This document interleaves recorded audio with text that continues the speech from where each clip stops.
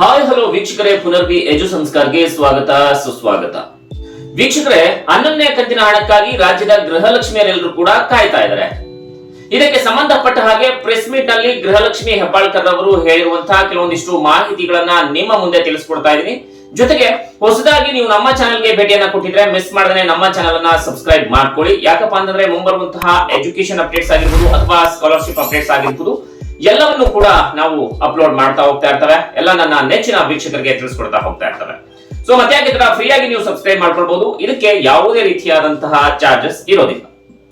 ವೀಕ್ಷಕರೇ, 2,000 ರೂಪಾಯಿ ಕರ್ನಾಟಕ ರಾಜ್ಯದ ಗೃಹಲಕ್ಷ್ಮಿಯರೆಲ್ಲರಿಗೂ ಕೂಡ ಬರ್ತಾ ಇದೆ.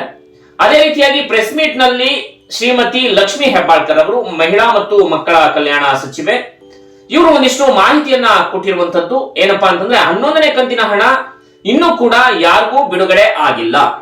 ಯಾಕಪ್ಪ ಅಂತಂದ್ರೆ ಈಗ ಆಲ್ರೆಡಿ ಚುನಾವಣೆ ಆದ ನಂತರ ಎಲ್ಲರೂ ಕೂಡ ವೇಟ್ ಮಾಡ್ತಾ ಇದ್ರು 11ನೇ ಕಂತಿನ ಹಣ ನಮಗೆ ಬಿಡುಗಡೆ ಆಗತ್ತೆ ಅಂತ ಹೇಳಿ. ನಿಮ್ಮೆಲ್ಲರಿಗೂ ಕೂಡ ಚೆನ್ನಾಗಿ ಗೊತ್ತಿದೆ, ಈಗ ಕರ್ನಾಟಕ ಸರ್ಕಾರದ ಗ್ಯಾರಂಟಿ ಯೋಜನೆಗಳಾದಂತಹ 5 ಯೋಜನೆಗಳಿಗೂ ಕೂಡ ಹಣವನ್ನ ಹಾಕ್ತಾ ಇದ್ದಾರೆ.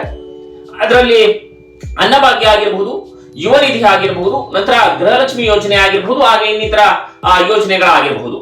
ಇದಕ್ಕೆ ಸರ್ಕಾರದ ಕಡೆಯಿಂದ ಹಣ ಬರ್ತಾ ಇದೆ. ಆದ್ರೆ ಇಲ್ಲಿ ಲಕ್ಷ್ಮಿ ಹೆಬ್ಬಾಳ್ಕರ್ ಅವರು ಒಂದು ಸೂಚನೆಯನ್ನ ಕೊಟ್ಟಿರುವಂತದ್ದು ಏನಪ್ಪಾ ಅಂತಂದ್ರೆ ಈಗ ಆಲ್ರೆಡಿ ಯಾರ್ಯಾರು ಗೃಹಲಕ್ಷ್ಮಿ ಯೋಜನೆಗೆ ಅಪ್ಲಿಕೇಶನ್ ಹಾಕಿದ್ದಾರೆ, ಅನ್ನಭಾಗ್ಯ ಯೋಜನೆಗೆ ಅಪ್ಲಿಕೇಶನ್ ಹಾಕಿದ್ದಾರೆ, ಅದೇ ರೀತಿಯಾಗಿ ಯುವ ನಿಧಿ ಯೋಜನೆಗೆ ಅಪ್ಲಿಕೇಶನ್ ಹಾಕಿದ್ದಾರೆ, ಈ ಅಪ್ಲಿಕೇಶನ್ಗಳು ಮತ್ತೆ ಪರಿಷ್ಕರಣೆ ಆಗಬೇಕು ಅಂತ ಹೇಳಿದ್ದಾರೆ.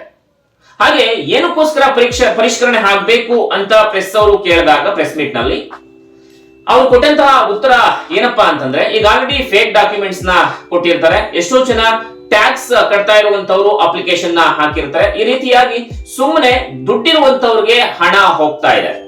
ಆದ್ರಿಂದ ಈ ಎಲ್ಲಾ ಅಪ್ಲಿಕೇಶನ್ಗಳು ಪರಿಷ್ಕರಣೆ ಆದ ನಂತರ 11ನೇ ಕಂತಿನ ಹಣ ಬಿಡುಗಡೆ ಮಾಡಲಾಗುತ್ತೆ ಅಂತ ಹೇಳಲಾಗ್ತಾ ಇರುವಂತದ್ದು. ಹಾಗೆಯೇ ಶಾಸಕರು ಕೂಡ ಒತ್ತಾಯವನ್ನ ಮಾಡ್ತಾ ಇದ್ದಾರೆ.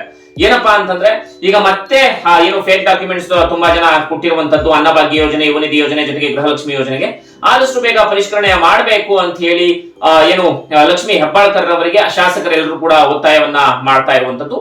ಇದು ಮುಂದಿನ ದಿನಗಳಲ್ಲಿ ಯಾವ ಒಂದು ತಿರುವನ್ನ ಪಡ್ಕೊಳ್ಳುತ್ತೆ ಅನ್ನೋದನ್ನ ನೋಡೋಣ ವೀಕ್ಷಕರೇ.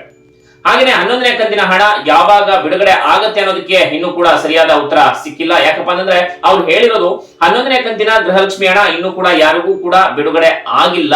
ಸೊ ಎಲ್ಲರೂ ಕೂಡ ವೇಟ್ ಮಾಡ್ತಾ ಇರಿ. ಖಂಡಿತ ನಾವು ಪರಿಷ್ಕರಣೆ ಮುಗಿದ ನಂತರ 11ನೇ ಕಂತಿನ ಹಣವನ್ನ ಹಾಕ್ತೀವಿ ಅಂತ ತಿಳಿಸಿರುವಂತದ್ದು ವೀಕ್ಷಕರೇ. ನೋಡೋಣ 11ನೇ ಕಂತಿನ ಹಣ ಯಾವಾಗ ಬಿಡುಗಡೆ ಆಗ್ತದೆ ಅಂತ ಹೇಳಿ ಮುಂದಿನ ದಿನದ ಅಪ್ಡೇಟ್ಸ್ ಗಳಲ್ಲಿ ಅವ್ರು ಕೊಟ್ಟಂತಹ ಅಪ್ಡೇಟ್ಸ್ ಗಳಲ್ಲಿ ನಾವು ನೋಡ್ತಾ ಹೋಗೋಣ. ಮಾಹಿತಿ ಇಷ್ಟ ಆಗಿದ್ರೆ ಎಲ್ಲರಿಗೂ ಕೂಡ ಶೇರ್ ಮಾಡಿ. ನಿರಂತರ ಶೈಕ್ಷಣಿಕ ಸುದ್ದಿಗಳಿಗಾಗಿ, ಕರ್ನಾಟಕ ಸರ್ಕಾರದ ಗ್ಯಾರಂಟಿ ಯೋಜನೆಗಳ ಸುದ್ದಿಗಾಗಿ ನೋಡ್ತಾ ಇರಿ ಪುನರ್ವಿ ಎಜು ಸಂಸ್ಕಾರ ಚಾನಲ್. ಇದು ಕಲಿಕೆಯ ಸಾಗರ. ನಮಸ್ಕಾರ.